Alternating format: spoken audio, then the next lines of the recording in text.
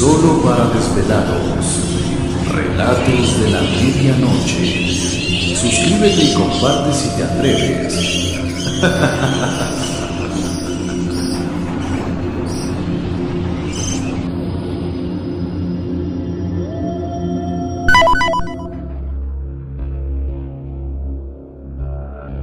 ¿Insomnio? Turno de noche. Eres un alma trasnochadora. El miedo es el compañero perfecto para las horas más oscuras. Bienvenido al rincón donde la noche nunca termina y las sombras tienen voz. Solo para desvelados es tu dosis semanal de terror literario, especialmente diseñada para acompañar a quienes viven la noche, trabajadores nocturnos, estudiantes o cualquiera que luche contra el insomnio y busque una experiencia escalofriante para llenar las largas horas de la madrugada. Sumérgete en historias originales, todas escritas y narradas por mí, el autor, garantizando relatos frescos y profundamente inmersivos que no encontrarás en ningún otro lugar. Aquí, la ficción se siente aterradoramente real. Activa la campana de notificaciones para que no te pierdas el próximo escalofrío. Prepárate, baja las luces y quédate despierto. Guayar, Claudio Darío.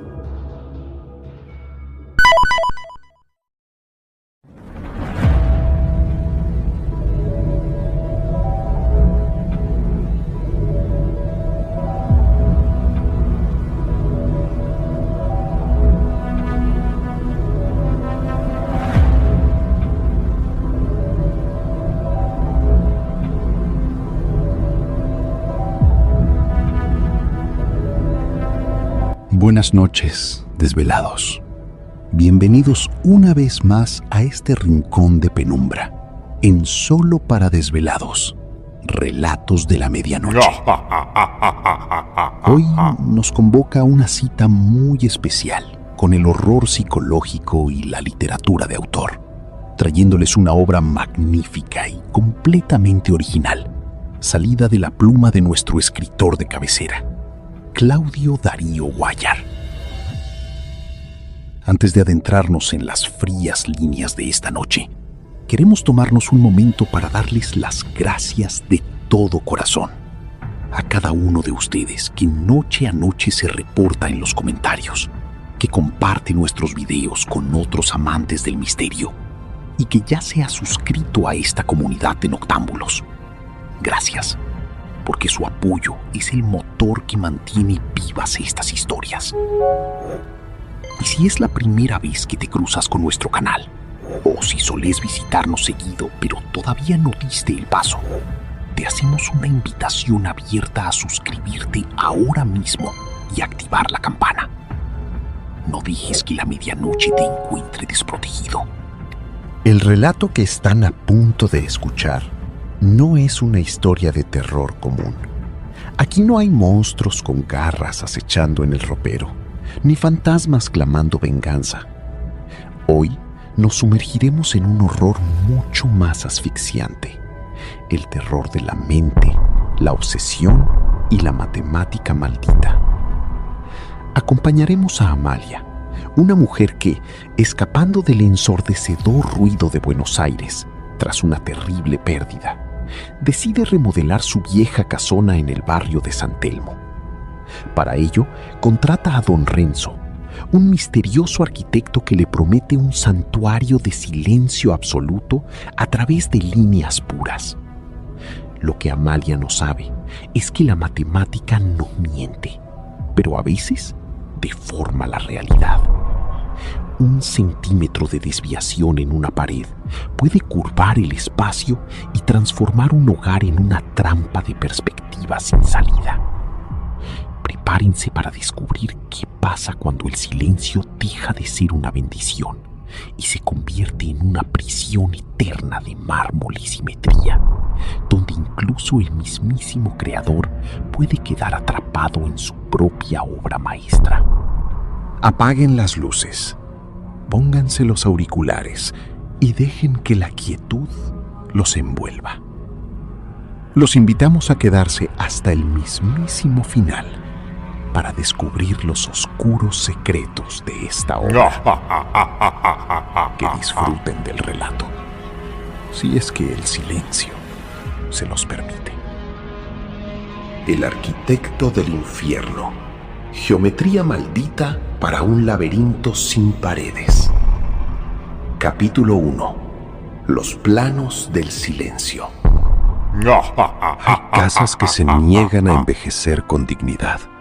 En su lugar, eligen pudrirse desde los cimientos, acumulando el eco de los pasos que alguna vez las habitaran, hasta que sus pasillos se vuelven pesados, densos y difíciles de transitar. La casona de San Telmo que Amalia había heredado era uno de esos lugares. Era una construcción de finales del siglo XIX, con techos altísimos que se tragaban la luz y pisos de quinotea que crujían con un lamento seco ante el menor cambio de temperatura. El aire allí dentro olía a humedad antigua, a papel quemado y a ese polvo grisáceo que parece brotar de las mismas paredes cuando la soledad se instala en una habitación. Afuera, Buenos Aires se ahogaba bajo una tarde plomiza y ruidosa. El tráfico de la avenida, el grito sordo de los colectivos y el murmullo incesante de los peatones se estrellaban contra los ventanales de la casa, convirtiendo el interior en una cacofonía insoportable. Amalia caminaba por el largo pasillo principal, presionando sus sienes con las yemas de los dedos. El ruido del mundo exterior la perseguía, recordándole a cada segundo el caos del que intentaba escapar tras la pérdida que había quebrado su vida. Necesitaba silencio, un silencio absoluto, casi clínico, que le permitiera volver a respirar sin sentir que las paredes se le venían encima. Fue esa desesperación la que la llevó a contactar a don Renzo. El arquitecto llegó a la propiedad un martes por la tarde, justo cuando las sombras del invierno empezaban a estirarse sobre el pavimento. Renzo era un hombre cuya sola presencia imponía un orden geométrico en el ambiente. Vestía un abrigo de lana oscura de corte impecable y sus modales poseían una cortesía fría, matemática, que no dejaba espacio a la improvisación. Sus ojos, de un gris metálico y penetrante, no miraban las cosas, las medían. Al cruzar el umbral, ignoró el saludo de Amalia y clavó su vista en las molduras del techo y en la inclinación de los muros. El espacio es un animal salvaje, señorita Amalia.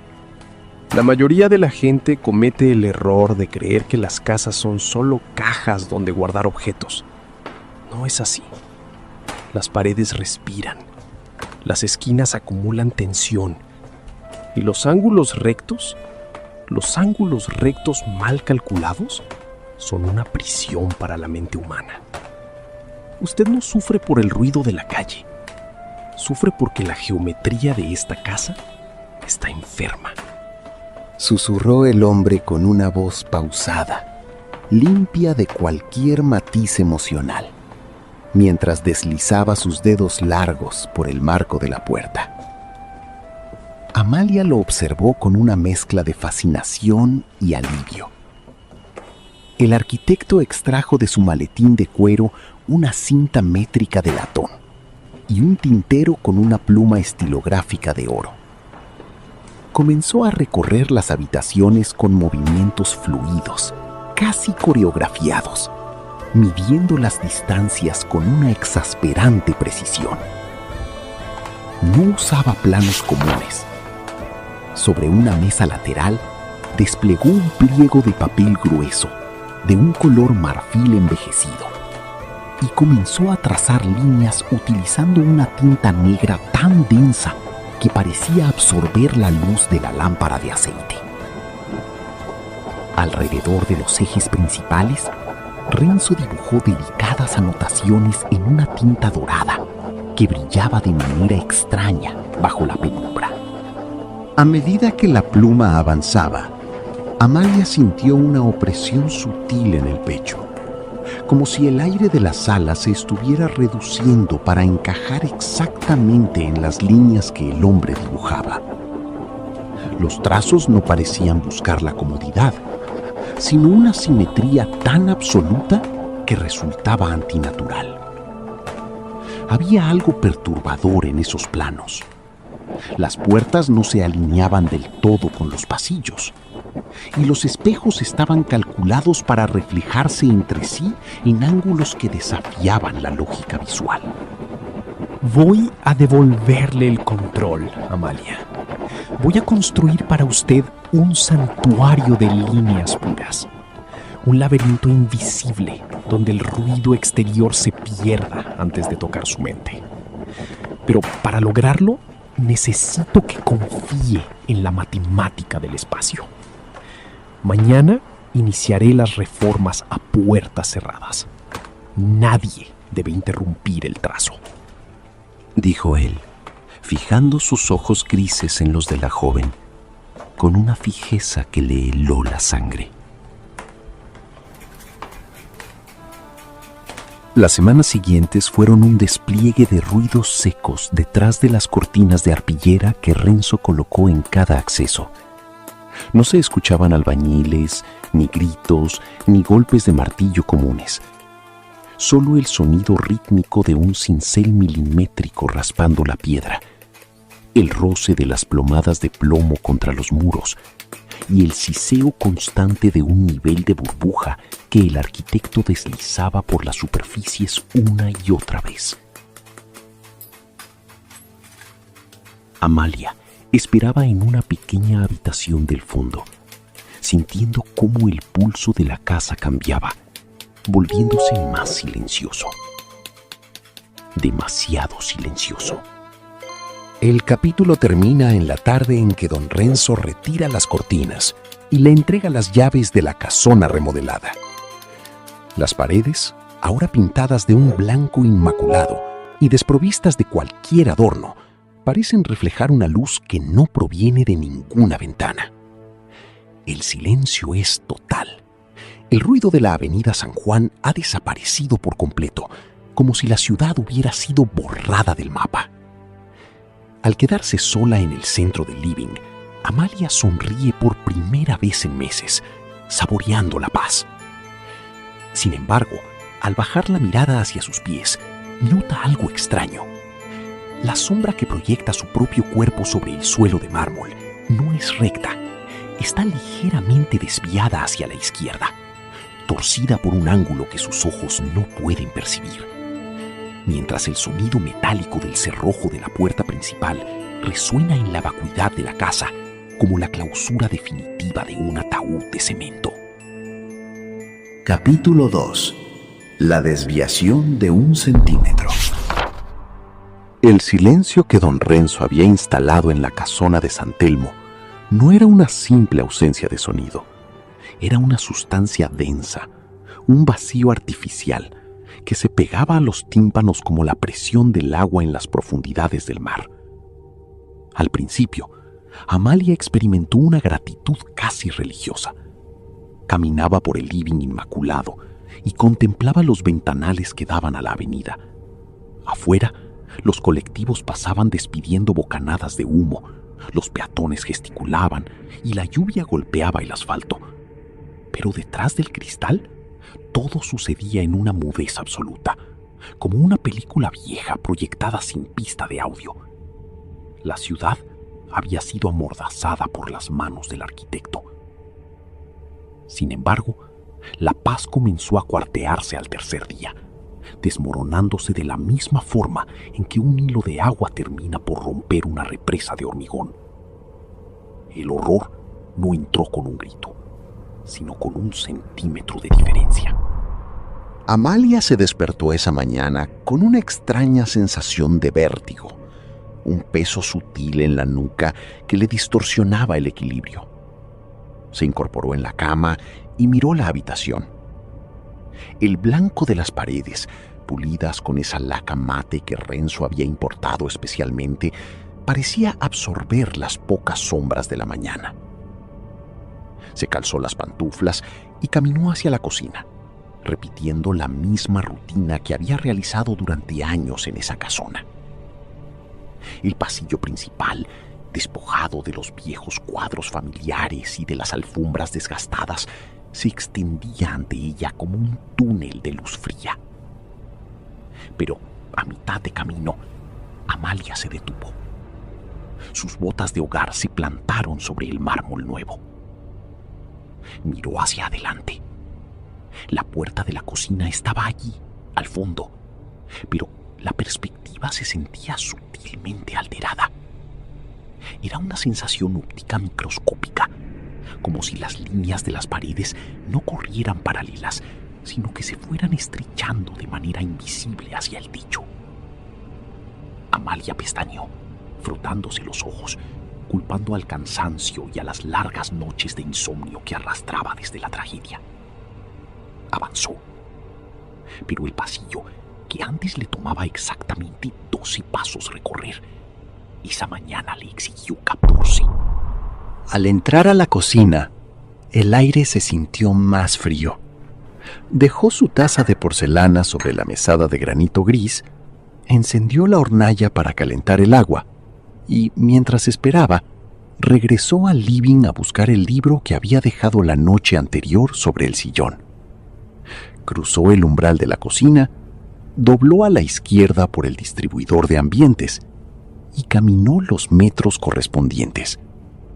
Pero al levantar la vista, no encontró el living. Ante ella se alzaba una pared ciega, una superficie blanca, lisa y perfectamente pulida, que reflejaba la luz muerta del pasillo. Amalia se quedó inmóvil, con el corazón empezando a golpear con un ritmo desordenado contra sus costillas. Se dio la vuelta con rapidez, creyendo que se había confundido de dirección en su propio letargo matutino. Volvió sobre sus pasos, regresó al distribuidor y volvió a doblar. Esta vez apareció en el baño. El espejo calzado en la pared, colocado en ese ángulo oblicuo que Renzo había calculado en sus planos dorados, le devolvió su propio reflejo. Su rostro estaba pálido, con las pupilas dilatadas por un desconcierto que trepaba desde el estómago. No puede ser, susurró Amalia, y su propia voz sonó extraña, apagada de inmediato por las propiedades acústicas de los muros, como si la casa se tragara las palabras antes de que pudieran rebotar en el aire. Pasó casi media hora recorriendo los ambientes, obligándose a mantener la lógica. Finalmente, tras dar un rodeo que le pareció absurdamente largo por un pasillo que no recordaba haber tan ancho, encontró la cocina. El agua de la pava ya se había evaporado casi por completo, dejando un siseo metálico sobre el fuego. Pero lo más perturbador no fue el olvido del agua, fue la taza. La taza de porcelana no estaba sobre la mesada de granito donde la había dejado. Estaba depositada en el suelo, exactamente en el centro geométrico de la habitación, justo donde se cruzaban las líneas de las baldosas. El sonido agudo del timbre rompió la quietud de la casa. El sobresalto hizo que Amalia soltara un grito ahogado. Corrió hacia la entrada principal, sintiendo que sus pasos no avanzaban en línea recta, sino que el suelo la inclinaba sutilmente hacia los costados, como el piso de un barco en aguas calmas. Al abrir la pesada puerta de madera, se encontró con la figura pulcra de don Renzo. El arquitecto vestía un traje gris marengo y sostenía en su mano derecha su regla de cálculo de latón. No sonrió. Sus ojos metálicos recorrieron el rostro desencajado de Amalia con la fría satisfacción de un científico que constata el éxito de un experimento.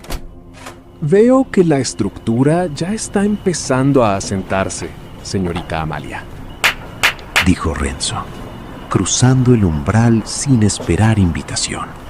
deslizándose con esa ligereza matemática que lo caracterizaba. Don Renzo, hay algo mal con la casa. Los pasillos, las distancias no son las mismas. Esta mañana me perdí. Me perdí yendo de la cocina al living. Y las cosas se mueven de lugar. Habló Amalia, con la voz temblorosa, cerrando la puerta detrás de él. Renzo caminó hacia el centro de la sala y se detuvo sobre el punto exacto donde la sombra de Amalia seguía proyectándose de forma oblicua. Extrajo un pañuelo de seda de su bolsillo, limpió la superficie de su regla de latón y la colocó horizontalmente en el aire, como si midiera el vacío entre ellos. Respondió el arquitecto, y su voz tenía la cadencia de un metrónomo. El espacio remodelado siempre genera resistencia en una mente acostumbrada al caos, Amalia. La casona vieja estaba llena de ángulos muertos, de imperfecciones que desviaban la energía y acumulaban el ruido del mundo. Yo he corregido esas desviaciones. He unificado las perspectivas. Lo que usted experimenta no es un error de la casa, es la incapacidad de su cerebro para procesar una simetría perfecta. 1 centímetro de inclinación en una pared puede alterar 1 kilómetro de percepción visual. Es pura fatiga cognitiva. Su mente extraña el desorden. No es fatiga, Renzo. Dejé una taza sobre la mesada y apareció en el piso. Y juraría que el pasillo del fondo es más largo hoy que ayer. Insistió ella, sintiendo cómo la calma del hombre la irritaba y la asustaba a la vez.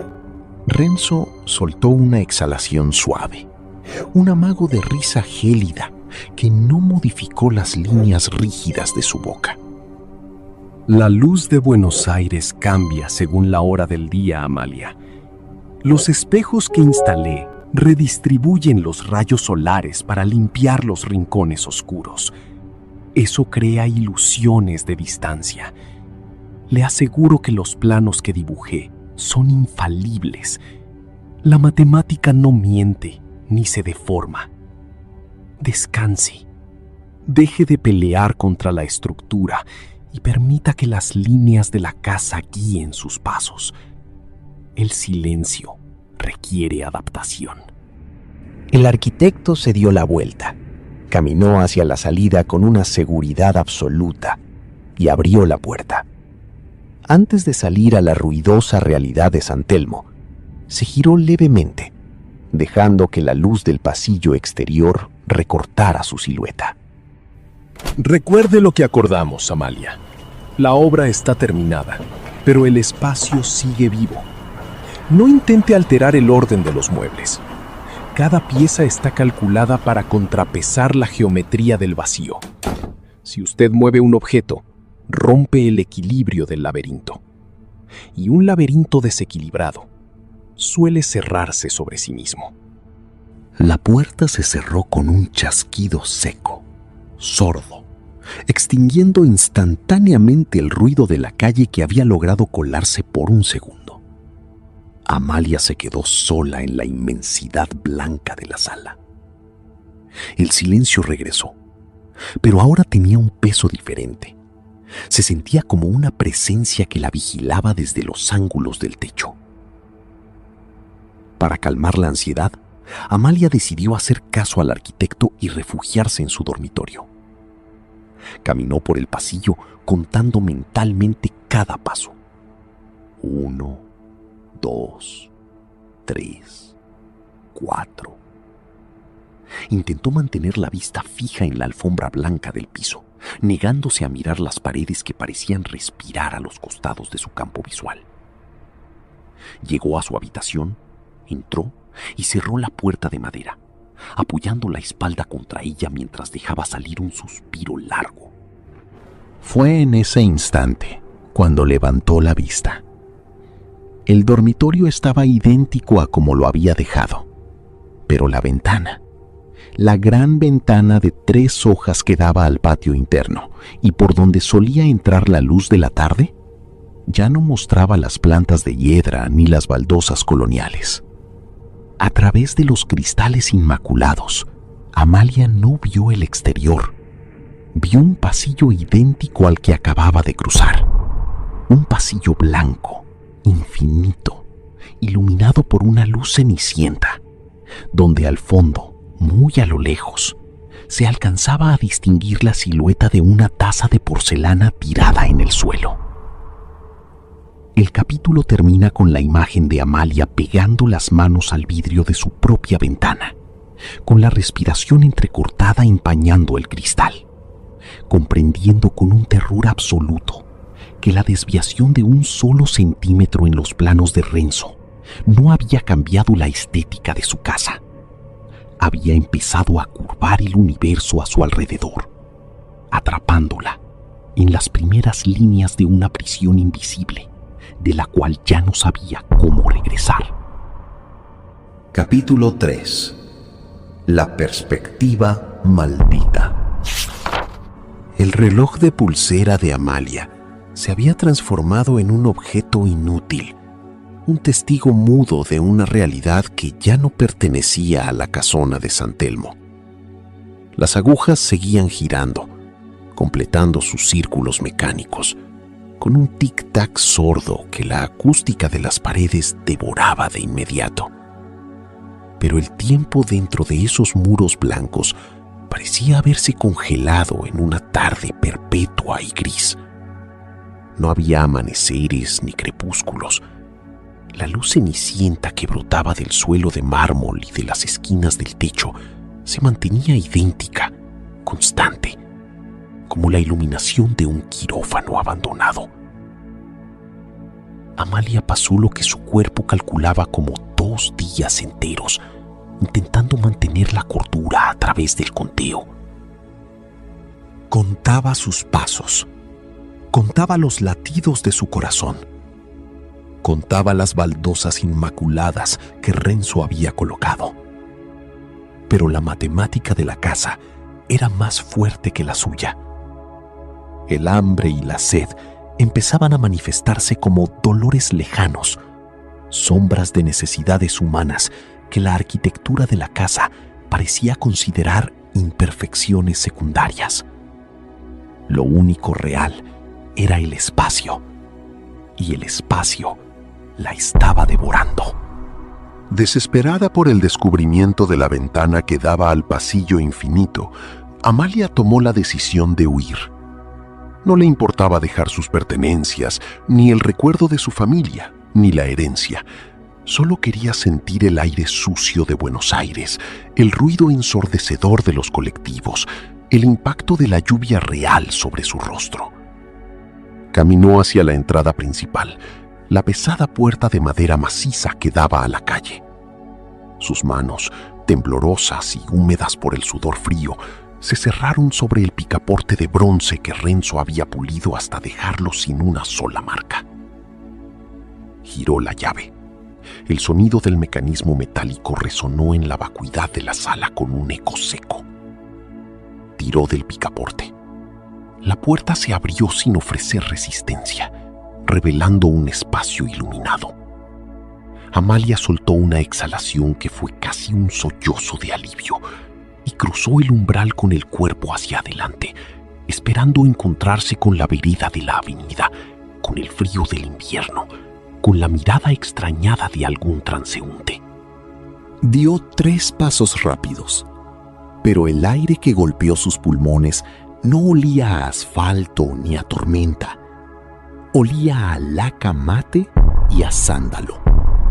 Amalia detuvo sus pasos en seco. El suelo bajo sus pies no era la baldosa floja de la acera porteña. Era el mármol blanco y frío de la remodelación. Levantó la vista, con los ojos abiertos por un espanto que le contraía los músculos del cuello. No estaba afuera. Estaba en el centro exacto de su propio dormitorio. A su izquierda estaba su cama con las sábanas revueltas. A su derecha, el armario de 3 cuerpos. Y a sus espaldas, la puerta que acababa de cruzar no daba a la calle, sino al pasillo distribuidor de la casa. No. Esto no es posible. Susurro, llevándose las manos a la cabeza, tirando de su propio pelo para obligarse a despertar de lo que desesperadamente quería creer que era una pesadilla provocada por el delirio. Se dio la vuelta y corrió de regreso al pasillo. Cruzó el distribuidor, dobló a la izquierda, luego a la derecha, buscando la misma puerta de entrada que ahora se encontraba en el ala opuesta de la casa. Volvió a abrirla con violencia, la cruzó corriendo, decidida a no mirar, a romper la ilusión por pura fuerza física. Pero al atravesar el umbral, sus botas volvieron a golpear el mármol del dormitorio. Una y otra vez, cruzaba la salida de la casa y aparecía en el interior de su habitación, como si el espacio hubiera sido cosido por un hilo invisible que unía los extremos de la propiedad en un bucle perfecto. La casa no tenía salida, porque ya no tenía un afuera. Don Renzo había curvado las coordenadas del lugar. Las líneas rectas que el arquitecto había trazado con su tinta negra y dorada en aquellos planos marfileños no eran divisiones de habitaciones. Eran vectores que doblaban la física. No había cerraduras bloqueadas, ni cadenas, ni trampas de hierro. La prisión de Amalia era mucho más perfecta. Era una prisión hecha de pura perspectiva. Una trampa geométrica donde cualquier intento de avanzar hacia el exterior te proyectaba inevitablemente hacia el centro del laberinto. Al borde del colapso, Amalia corrió hacia la gran ventana del living que daba a la avenida San Juan. A través del cristal inmaculado, la vida seguía su curso. Vio a una mujer con un paraguas rojo caminando apresuradamente. Vio un taxi amarillo y negro detenerse en el semáforo de la esquina. Vio las luces de los comercios de enfrente titilar bajo la llovizna. La realidad estaba allí, a menos de medio metro de distancia, separada de ella solo por una delgada superficie de vidrio. Buscó un objeto para romper el cristal. Recordando la advertencia de Renzo sobre no mover los muebles, ignoró el miedo y tomó una pesada silla de roble que había sobrevivido a la remodelación. Levantó la silla con una fuerza nacida de la pura desesperación y la lanzó con todas sus fuerzas contra el ventanal. El impacto no produjo el estruendo de vidrios rotos que ella esperaba. La silla golpeó la superficie transparente y rebotó con un sonido seco, sordo, como si hubiera golpeado una plancha de plomo engomado. Amalia cayó de rodillas, viendo cómo la silla quedaba en el suelo, intacta. Pero lo peor ocurrió cuando miró el vidrio.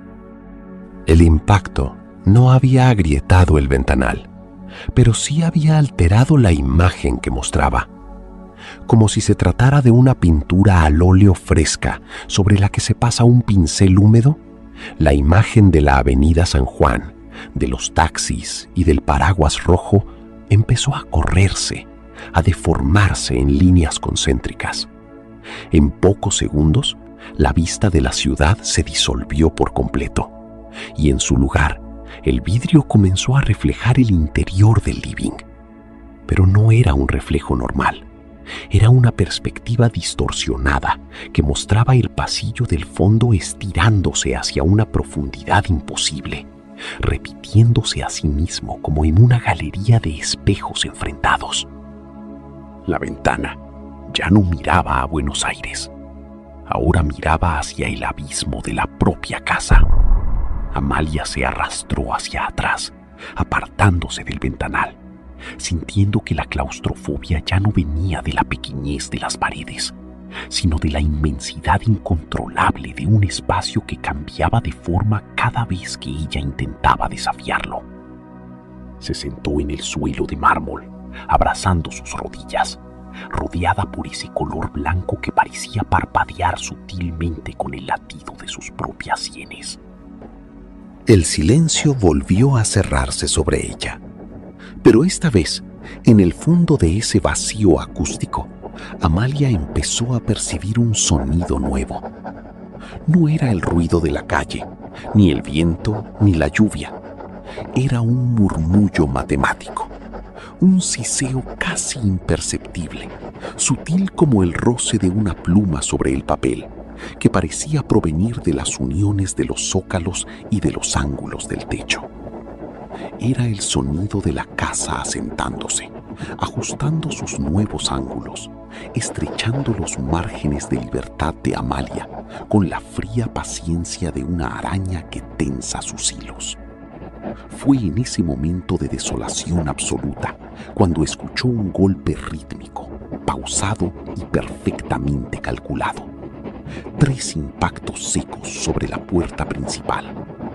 El sonido no provino del exterior, sino que resonó directamente dentro de su cabeza, como si alguien estuviera golpeando las paredes de su propio cráneo de adentro hacia afuera. Amalia levantó la vista, con el rostro bañado en un sudor helado, viendo cómo el picaporte de la entrada empezaba a girar lentamente, marcando el inicio de una nueva fase en el diseño de don Renzo, mientras el ángulo de su propia sombra en el suelo se volvía 1 grado más agudo, clavándose en el mármol como una aguja que asegura a su presa. Capítulo 4. El almuerzo de los círculos. El picaporte de la entrada principal terminó de girar con la precisión de un engranaje bien aceitado. La pesada hoja de madera se abrió hacia adentro, recortando contra el fondo blanco del pasillo la figura pulcra e imperturbable de don Renzo. Vestía un abrigo diferente, de un paño negro tan denso que parecía no tener arrugas, y en su mano izquierda sostenía una pequeña caja de cartón blanco atada con un hilo de almacenero, junto a un termo de acero inoxidable. Su rostro no reflejaba sorpresa, ni malicia, ni piedad. Era la viva imagen de un maestro que ingresa a su aula para revisar el avance de una tarea. Amalia ni siquiera intentó levantarse del suelo. Permaneció de rodillas, con las manos apoyadas en el mármol frío, contemplándolo. Con los ojos inyectados en sangre y la respiración rota. Tenía los labios agrietados por la deshidratación y el cabello revuelto, pegado a la frente por el sudor de los días que llevaba atrapada en ese bucle espacial. Dijo Renzo, con su voz de metrónomo, cerrando la puerta detrás de sí. El chasquido del cerrojo volvió a sonar sordo, absoluto.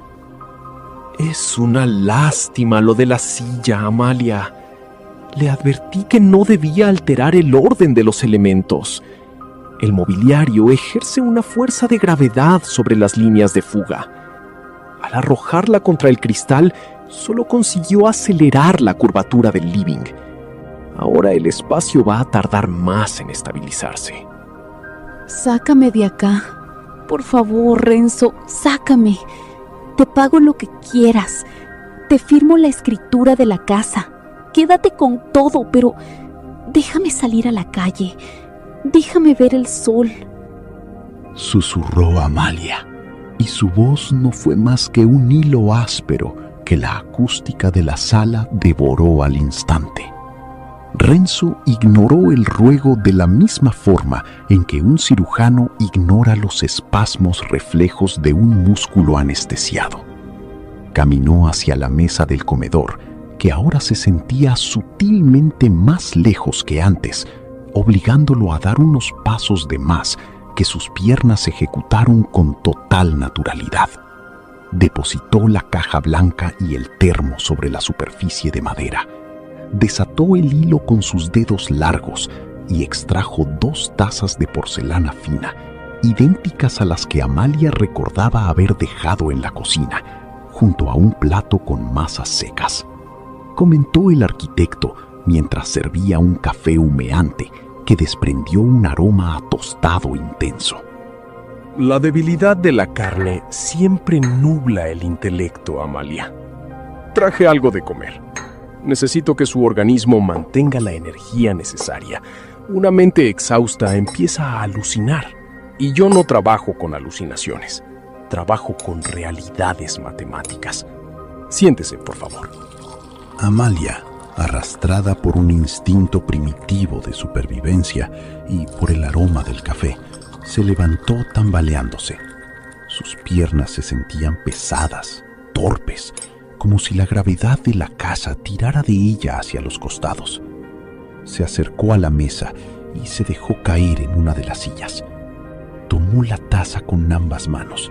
El calor del líquido fue la primera sensación real y humana que experimentó en lo que parecían siglos. Bebió con desesperación, quemándose la lengua, mientras Renzo la observaba con una calma espeluznante, dando pequeños sorbos a su propia taza.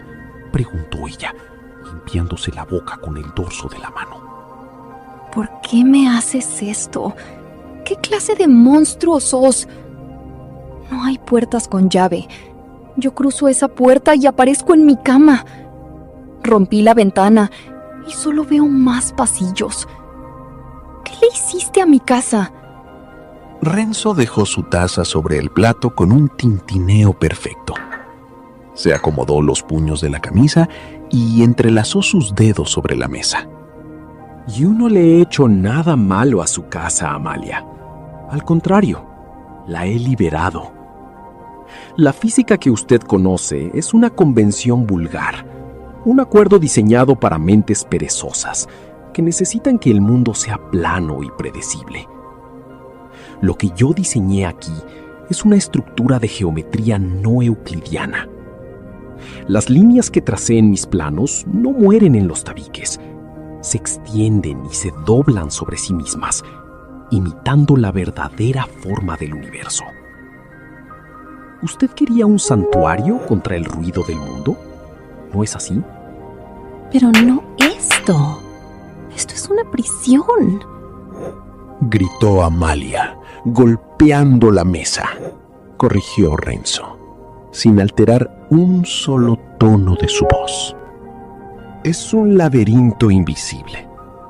Y en todo laberinto, el movimiento es el que define el espacio.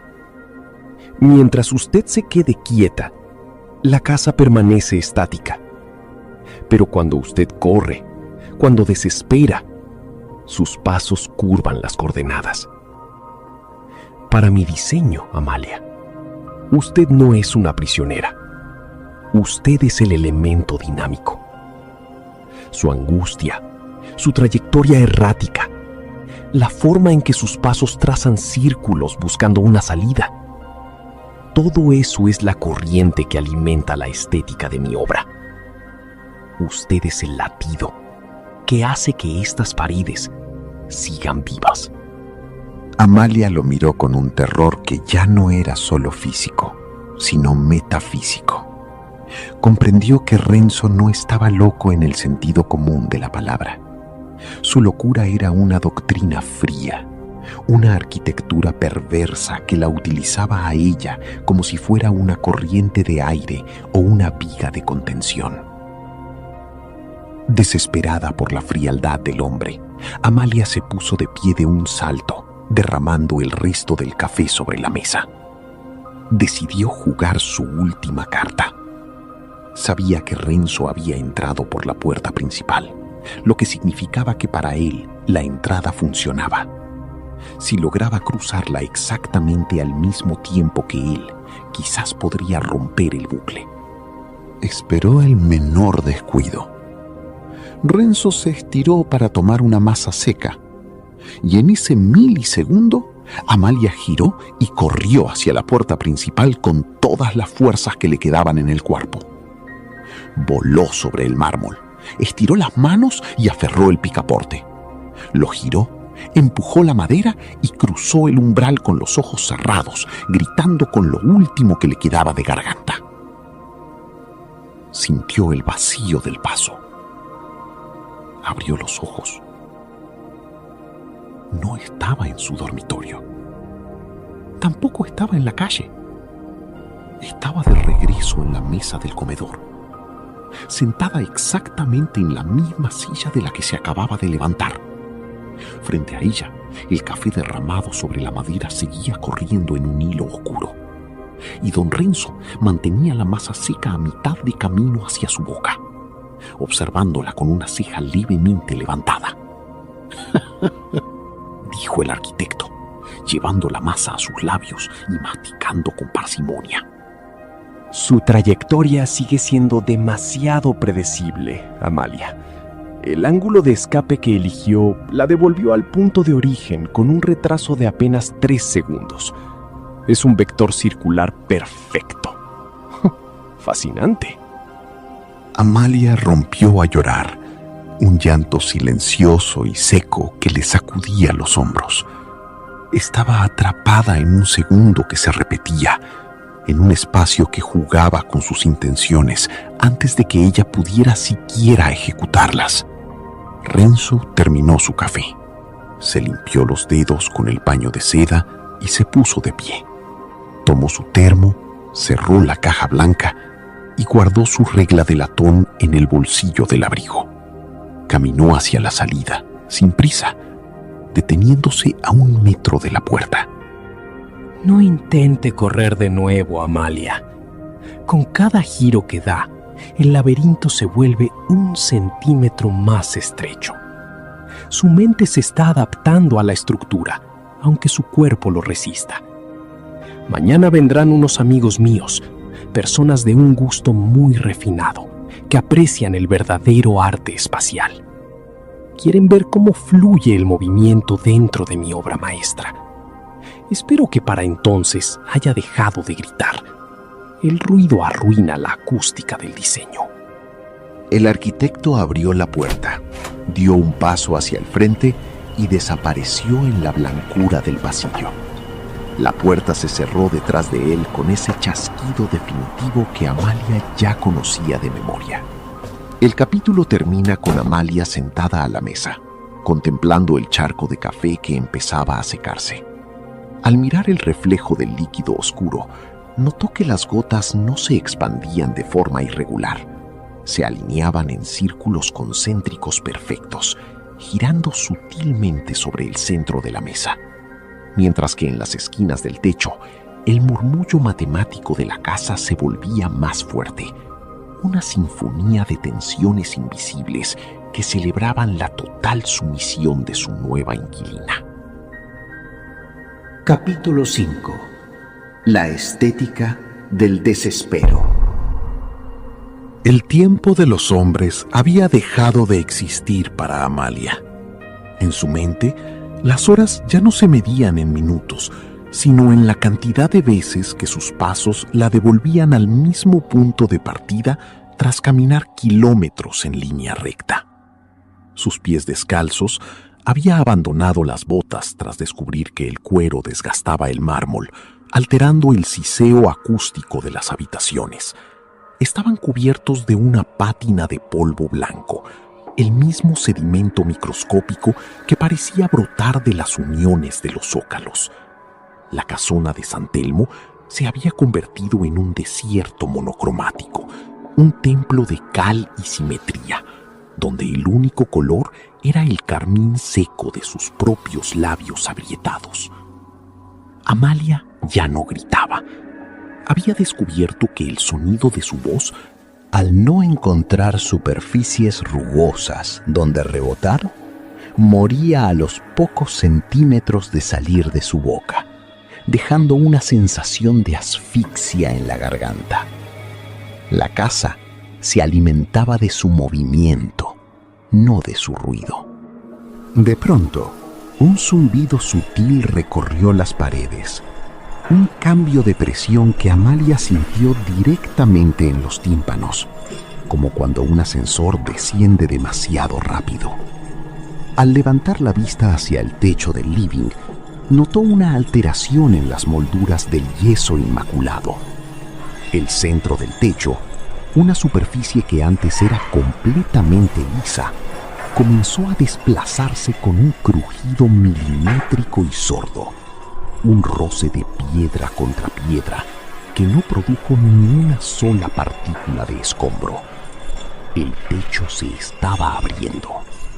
Una sección rectangular de casi 4 metros de largo se deslizó hacia los costados, revelando que por encima del living no estaba el techo de la planta alta, ni el cielo de Buenos Aires, sino un domo de vidrio templado, una estructura semiesférica sostenida por tensores de acero negro que se cruzaban en ángulos perfectos.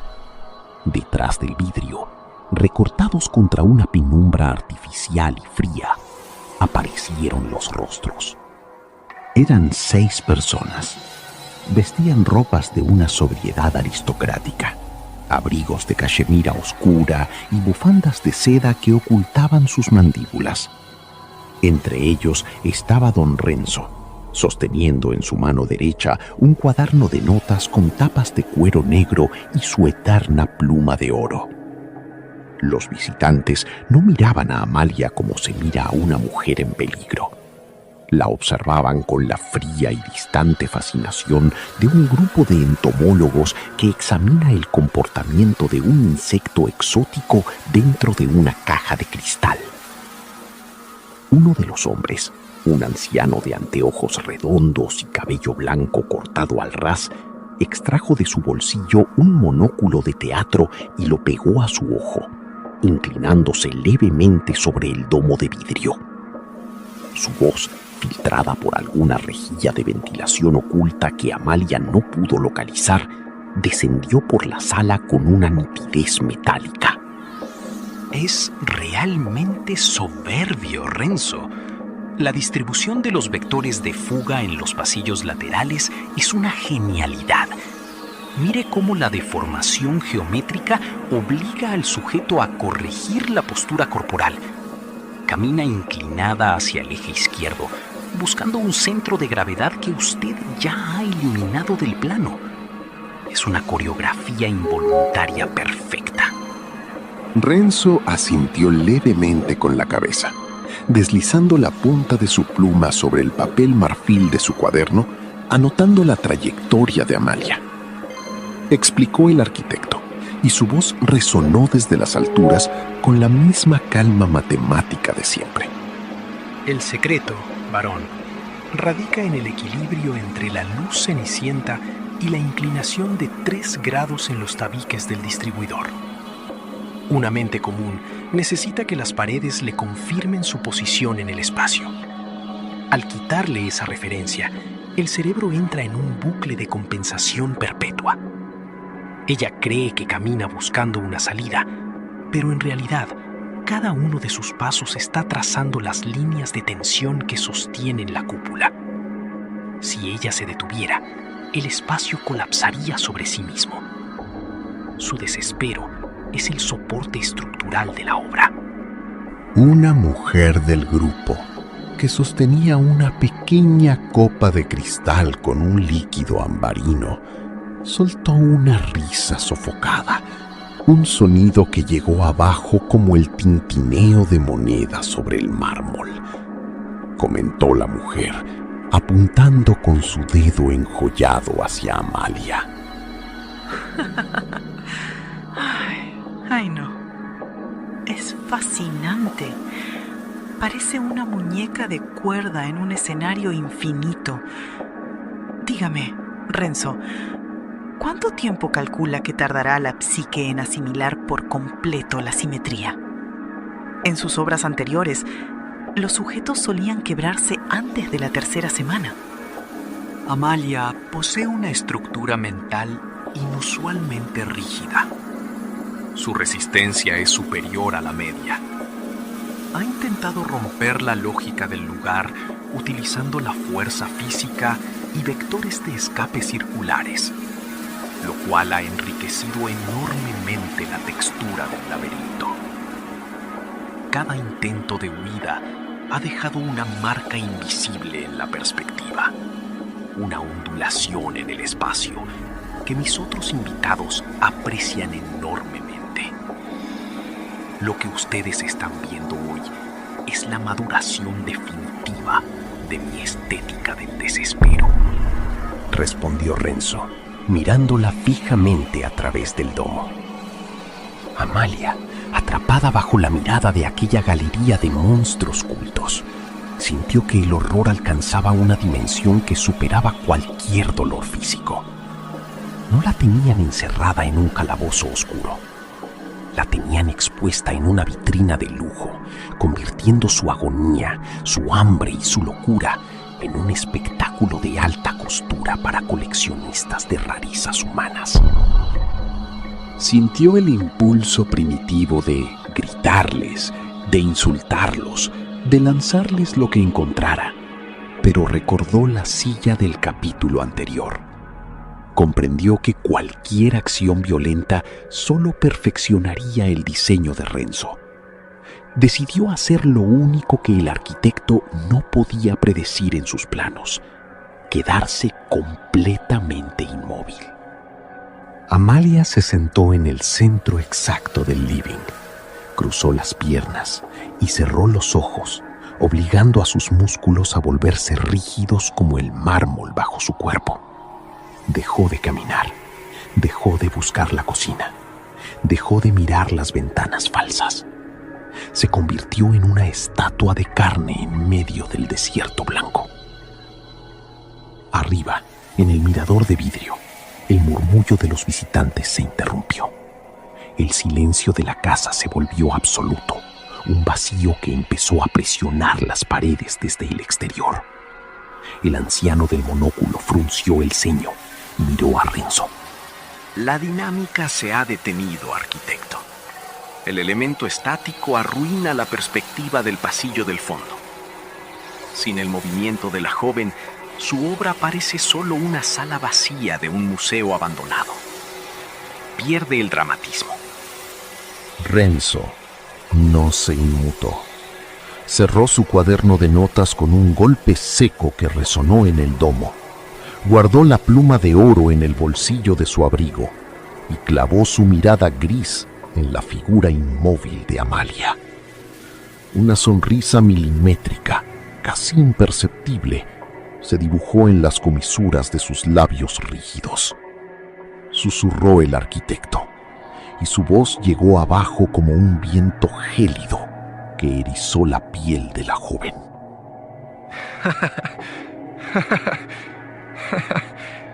No se preocupen, caballeros. La inmovilidad es solo otra fase del cálculo. Ella cree que al detener su cuerpo detiene el espacio, pero no comprende que la geometría de esta casa ya se ha enraizado en su sistema nervioso. Su mente sigue corriendo, buscando una lógica que ya no existe. El laberinto no necesita que sus piernas se muevan, solo necesita que su cerebro siga intentando encontrar la salida. Y el cerebro, Amalia, nunca deja de caminar.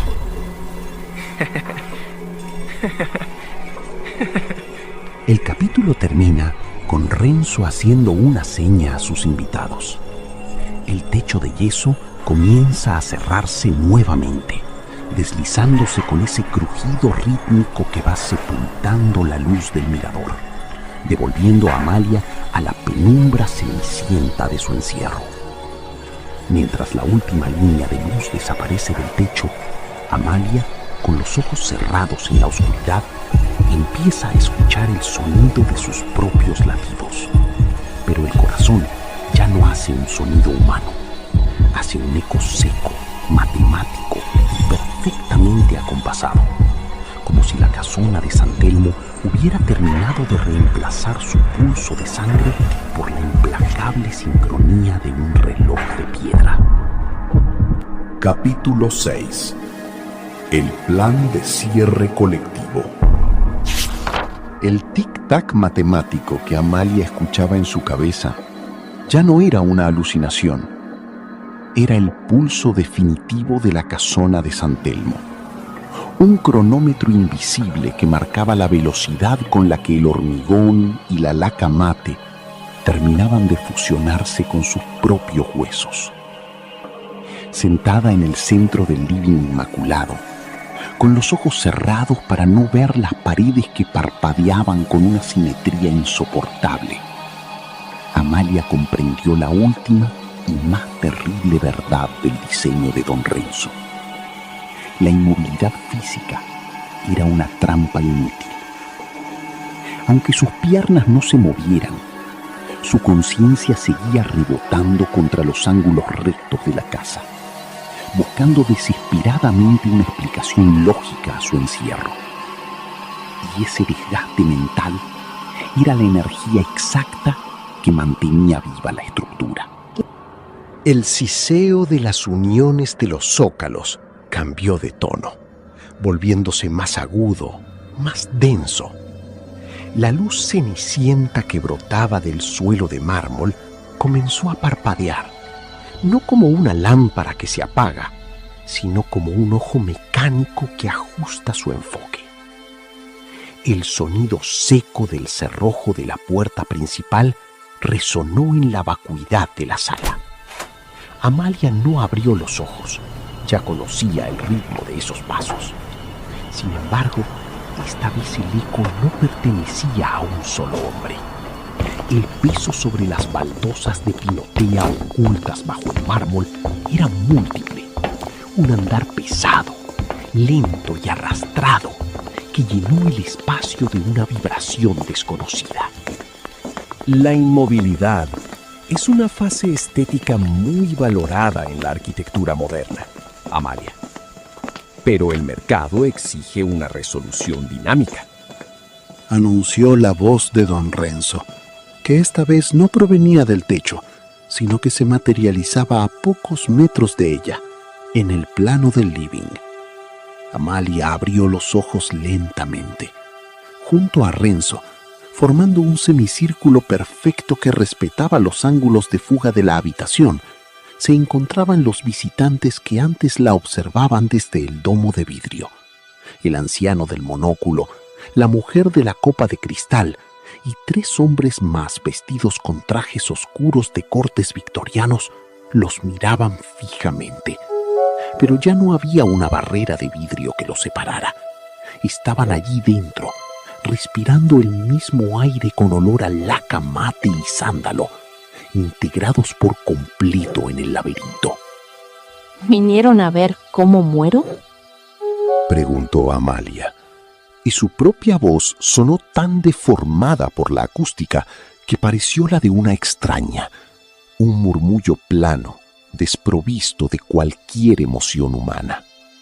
La muerte es un concepto biológico muy vulgar, señorita. En la obra de Renzo, nadie muere. Las dimensiones no se destruyen, solo se transforman. Lo que estamos presenciando hoy es algo mucho más elevado. El plan de cierre colectivo. Respondió el anciano del monóculo, dando un paso al frente. Sus zapatos negros no dejaron una sola marca en el suelo inmaculado. Don Renzo dio un paso hacia el centro del living, justo donde la sombra de Amalia se proyectaba de manera oblicua sobre el mármol. Extrajo de su abrigo negro el pliego de papel marfil envejecido, el plano original, trazado con aquella tinta negra tan densa y las anotaciones doradas que brillaban bajo la luz muerta de la casa. Lo desplegó en el aire y el papel permaneció suspendido horizontalmente, flotando sobre el vacío, como si la gravedad del ambiente hubiera sido anulada por completo. Una obra de arte espacial no está completa hasta que no absorbe a su público, Amalia. Mis invitados no son simples espectadores, son mecenas, coleccionistas de realidades que han pagado fortunas exorbitantes para habitar una simetría que el mundo exterior, en su caos ordinario, jamás les podría permitir. Para que este laberinto sea eterno, necesita una masa crítica, necesita una sociedad de mentes que sostengan la geometría con su propia contemplación. Explicó el arquitecto, desprendiendo la pluma de oro de su bolsillo con un movimiento pausado. Amalia miró a los visitantes. En sus rostros refinados ya no había curiosidad. Había una fijeza espantosa, una mudez idéntica a la de las paredes blancas. Comprendió con un escalofrío que ellos no estaban allí para rescatarla, ni para usarla como un juguete temporal. Estaban allí para quedarse. Querían mudarse al interior de la trampa. Querían habitar ese no lugar donde el tiempo no corría y el ruido de Buenos Aires era una leyenda lejana. Continuó Renzo, acercando la punta de la pluma de oro al centro del plano flotante. El diseño final requiere un eje central, un punto de origen inmutable alrededor de los cuales los pasillos infinitos sigan curvándose. Ese eje es usted, Amalia. Su memoria de la casona vieja, su dolor por la pérdida y su resistencia a la simetría son los cimientos de esta nueva realidad. Al unir a mis mecenas al plano, la casa cerrará sus coordenadas de manera definitiva. El afuera dejará de existir para todos nosotros. La mujer de la copa de cristal dejó caer el objeto al suelo. El cristal fino se estrelló contra el mármol, pero no se fragmentó. Las líneas del vaso se estiraron, disolviéndose en el suelo blanco como si fuera pintura fresca, integrándose a las vetas grises de la piedra. Ella sonrió, una mueca vacía, mientras sus propios pies empezaban a hundirse 1 centímetro en la superficie del suelo, fundiéndose con la estructura de la casona. Es perfecto, Renzo. El silencio es verdaderamente absoluto, susurró la mujer, y su silueta comenzó a perder nitidez, estirándose sutilmente hacia arriba, imitando la inclinación de 3 grados de las paredes laterales. Uno a uno, los visitantes comenzaron a ocupar sus posiciones asignadas en el espacio. El anciano del monóculo caminó hacia el pasillo del fondo y se detuvo en el ángulo exacto donde la perspectiva se distorsionaba, convirtiéndose en una figura bidimensional, un relieve gótico tallado directamente en el muro blanco. Los demás hombres se alinearon junto a las ventanas falsas, dejando que sus cuerpos perdieran el volumen físico para transformarse en líneas de fuga, en vectores oscuros que le daban a la sala una profundidad arquitectónica monumental y aterradora. Amalia vio cómo el mundo real se desvanecía ante sus ojos, reemplazado por una galería de hombres y mujeres de piedra que formaban las columnas de su propia prisión. Don Renzo se ubicó frente a ella. El arquitecto era el único que conservaba su tridimensionalidad perfecta, el único que se movía con libertad en ese universo de líneas puras. Clavó sus ojos de gris metálico en los de Amalia y levantó la pluma de oro, apuntando directamente al entrecejo de la joven. Es hora de trazar la última línea, Amalia. Deje de pelear contra la matemática del espacio. Entréguese a la simetría. Su mente ya ha aprendido a caminar por estos pasillos. Ahora, solo falta que su memoria olvide que alguna vez existió una vereda, un sol y un ruido en la avenida San Juan. Conviértase en el centro de mi laberinto. La pluma descendió en el aire, trazando una línea vertical invisible entre los ojos de Amalia. El impacto no fue físico, sino perceptivo. En el instante en que el trazo imaginario se completó, Amalia sintió que el último rincón de su cerebro que recordaba Buenos Aires era borrado por una marea de tinta negra y dorada. Las imágenes de los colectivos, de la lluvia sobre el asfalto y del paraguas rojo de la vereda se disolvieron, transformándose en planos limpios, en superficies blancas y vacías. Su propio cuerpo dejó de pesar. Miró sus manos y vio que sus dedos ya no tenían huellas dactilares. Las líneas de su piel se habían vuelto rectas, paralelas, perfectas. El capítulo termina con una toma cenital, una vista desde el domo de vidrio que vuelve a cerrarse de manera definitiva sobre el living. En el centro de la inmensidad blanca de la casona de San Telmo, ya no hay una mujer sufriendo en el suelo. Solo queda una figura de mármol inmaculado, una estatua perfecta, colocada en un ángulo oblicuo que sostiene con su sola presencia la tensión de un laberinto sin paredes. A su alrededor, las siluetas de los mecenas integradas en los muros parecen vigilar la vacuidad del espacio. Mientras la figura de don Renzo camina hacia la puerta de entrada, la cruza y aparece instantáneamente en el centro de la sala, atrapado él también, por toda la eternidad, en el éxito absoluto de su propia obra maestra, donde el silencio ya no tiene garras, porque se ha convertido en la única realidad existente. Fin. Claudio Darío Guayar, autor del cuento, escrito el 15 de mayo del 2026.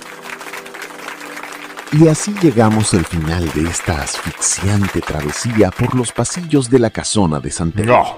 Al concluir esta historia, nos queda una profunda reflexión sobre la ósmosis entre la mente y el espacio que habitamos. Lo que comenzó como la búsqueda desesperada de Amalia por un refugio contra el ruido del mundo, terminó demostrando cómo la obsesión por la perfección absoluta y la soberbia de la razón pueden devorar la naturaleza humana. Don Renzo, en su afán divino por controlar cada vector y cada ángulo, olvidó que al edificar una trampa perfecta sin una fuera, el verdugo queda irremediablemente condenado a compartir el destino de su víctima. La simetría total no trajo paz, trajo la muerte del alma y una eternidad de piedra. Una verdadera obra maestra del terror psicológico que nos deja pensando si el silencio que tanto buscamos no será en realidad nuestra propia prisión. Antes de apagar las luces por completo esta noche, queremos expresar nuestro más profundo agradecimiento a la revista latina 809 de León, España, y de manera muy especial a su director Sherry Santana por el apoyo constante, la difusión y por abrirnos siempre las puertas de su prestigiosa plataforma para hacer llegar estas historias de misterio a nuevos horizontes. Queremos agradecer también, una vez más, a todos nuestros queridos desvelados que ya forman parte de esta familia, a los que tienen la campanita activada para no perderse ningún estreno, a los que nos dejan sus teorías en los comentarios y a los que comparten cada video ayudando a que esta comunidad crezca noche tras noche. Y si sos uno de los tantos noctámbulos que nos visita en las sombras, que disfruta de nuestros relatos, pero todavía no dio el paso, te invitamos abiertamente a suscribirte ahora mismo. Sumate a nosotros, no te quedes afuera del círculo. La mesa está servida y las sombras ya se están disipando por hoy. Los esperamos en nuestra próxima presentación de Solo para Desvelados, Relatos de la Medianoche, con más historias que desafiarán tus sentidos, siempre bajo la dirección y la pluma de este servidor y creador del canal, Claudio Darío Guayar. Que tengan una noche de paz, si es que la geometría de sus habitaciones se los permite. Hasta el próximo relato Desvelados. Gracias por ver el video.